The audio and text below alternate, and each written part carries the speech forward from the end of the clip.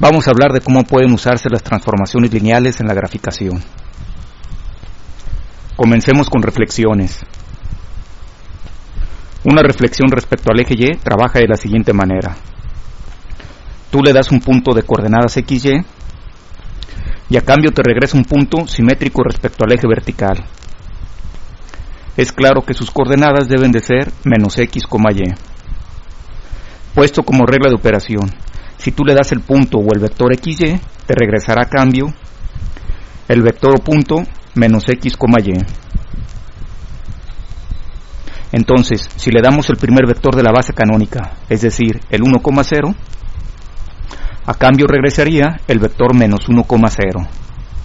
Y si le damos el segundo vector de la base, el 0,1, regresará a cambio el mismo vector 0,1.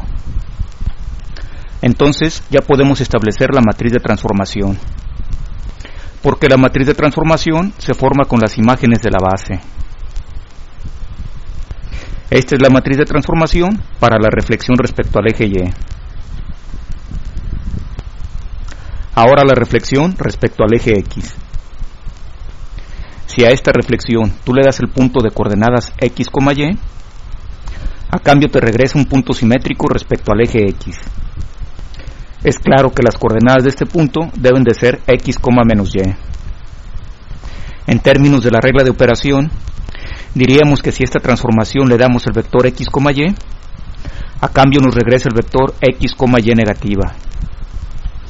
Y este sería el efecto sobre cada uno de los vectores de la base canónica.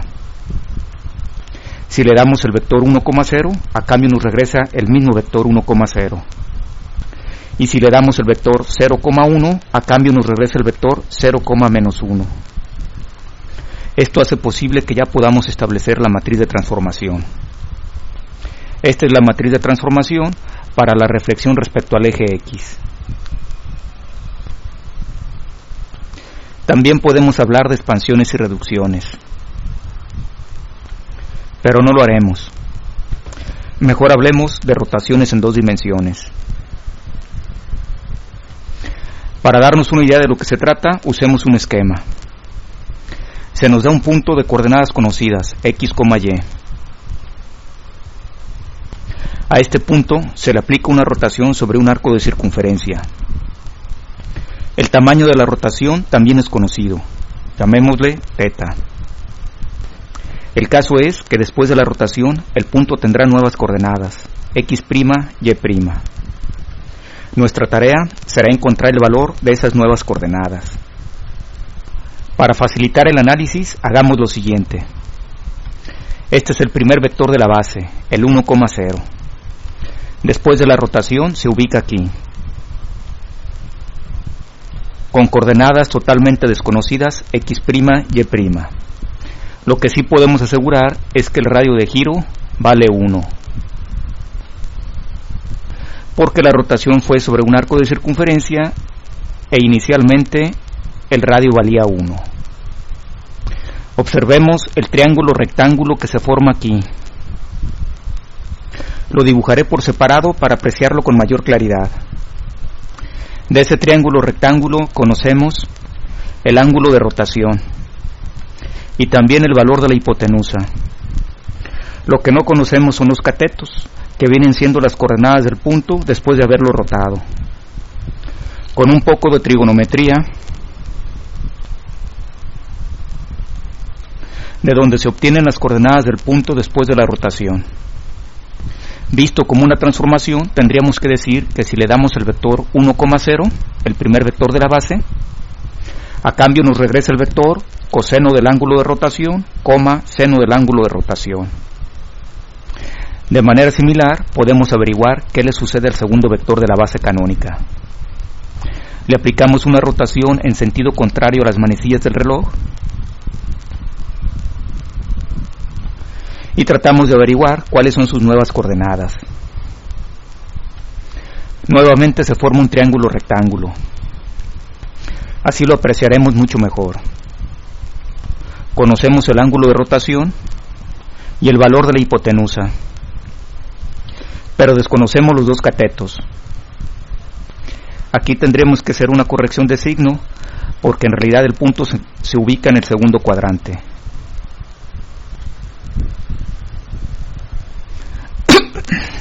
Nuevamente con un poco de trigonometría, y a partir de aquí encontramos las coordenadas del punto después de la rotación. Entonces, si a esta rotación le damos el segundo vector de la base, a cambio nos regresaría el vector menos seno ángulo de rotación, coma coseno del ángulo de rotación. Con estas imágenes de la base podemos formar la matriz de rotación en dos dimensiones. Esta es la matriz de rotación en dos dimensiones.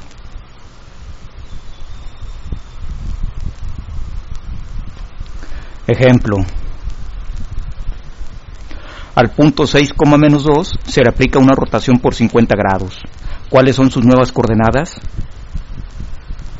Para este ejemplo, la matriz de rotación queda así, o así en decimales.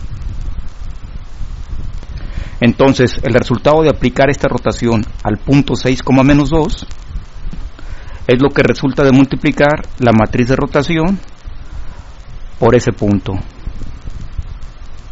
Y esto se obtiene de la multiplicación. Entonces, este es el resultado. Estas son las nuevas coordenadas del punto después de rotarlo 50 grados. Segundo ejemplo.